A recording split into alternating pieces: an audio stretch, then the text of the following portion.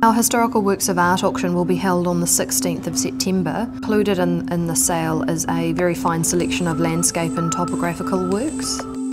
What's so important about all of these works is that they document places that no longer stand as they once did, places that have changed significantly since they were painted.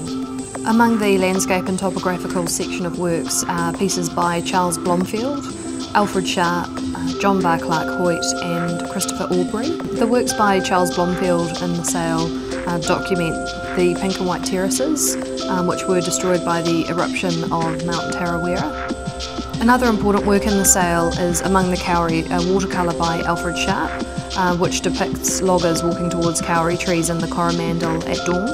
There are a number of portraits in the September sale and they range from the mid-1880s through to the early 1920s. And they tend to fall into two categories, formal and informal. The formal portraits, such as the Goldie, are showing us the importance of the sitter.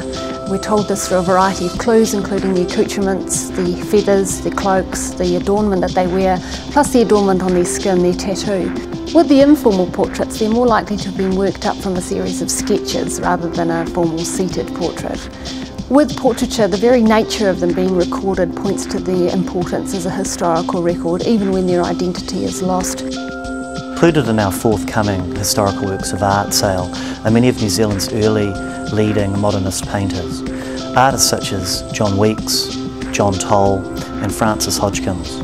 In this work by Toll, he paints the everyday vernacular subject of a red decanter. He uses very broad brushstrokes, very flat pictorial picture planes. This work by John Toll is very indicative of the style of work in the early modernist period that was happening in New Zealand.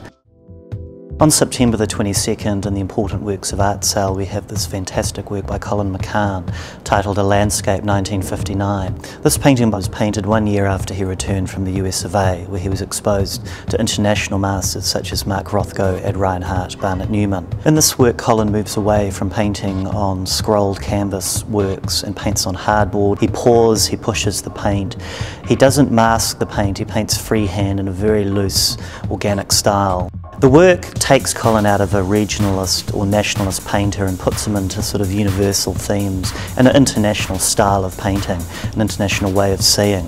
Very sophisticated for a painter in New Zealand to be painting this in the late 50s. We have a major work by Bill Hammond in the auction, a stretched work on canvas titled Hokey Pokey 3. Bill Hammond's zoomorphic paintings link aesthetically to medieval artists such as Hieronymus Bosch and Peter Bruegel, artists that Hammond is very interested in. In this work we encounter a kind of hybrid fantastical zone where we see these spellbinding figures, these hybrid bird and serpent characters. Hammond incorporates veils of golden toffee-coloured metallic paint with very dark Gothic figures. The September Important Works of Art sale includes 3 works by Michael Smither, all incorporating the still life genre.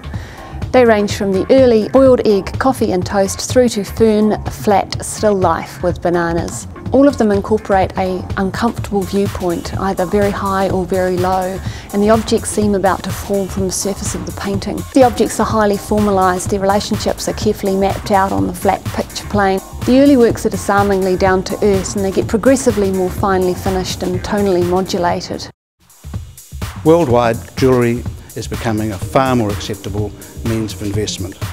More than just a sparkling accessory or a fashion trend or a display of wealth, and certainly more durable than a subprime mortgage, jewellery is attracting the eye of serious investors. The September sale again presents a splendid selection of pieces to the market, not least a stunning solitaire diamond of little over 5 carat with a current insurance replacement valuation of $171,000 and a very modest pre-sale estimate of just $95,000 to $105,000. I look forward to seeing you at the viewing, where myself and my staff will be able to show you the pieces and take you through all of the technical aspects of the many reports that are available for most of the major pieces. A key item in the Webb's decorative art sale is the flag from the Wahine, which was the interrelated ferry, which foundered in Wellington Harbour in 1968. One of the things washed up that day and found on the shore is this flag. Its ends are very tattered, and the once white background is now stained with smoke and with fuel stains probably picked up within the water, but the red stitching is still vibrant.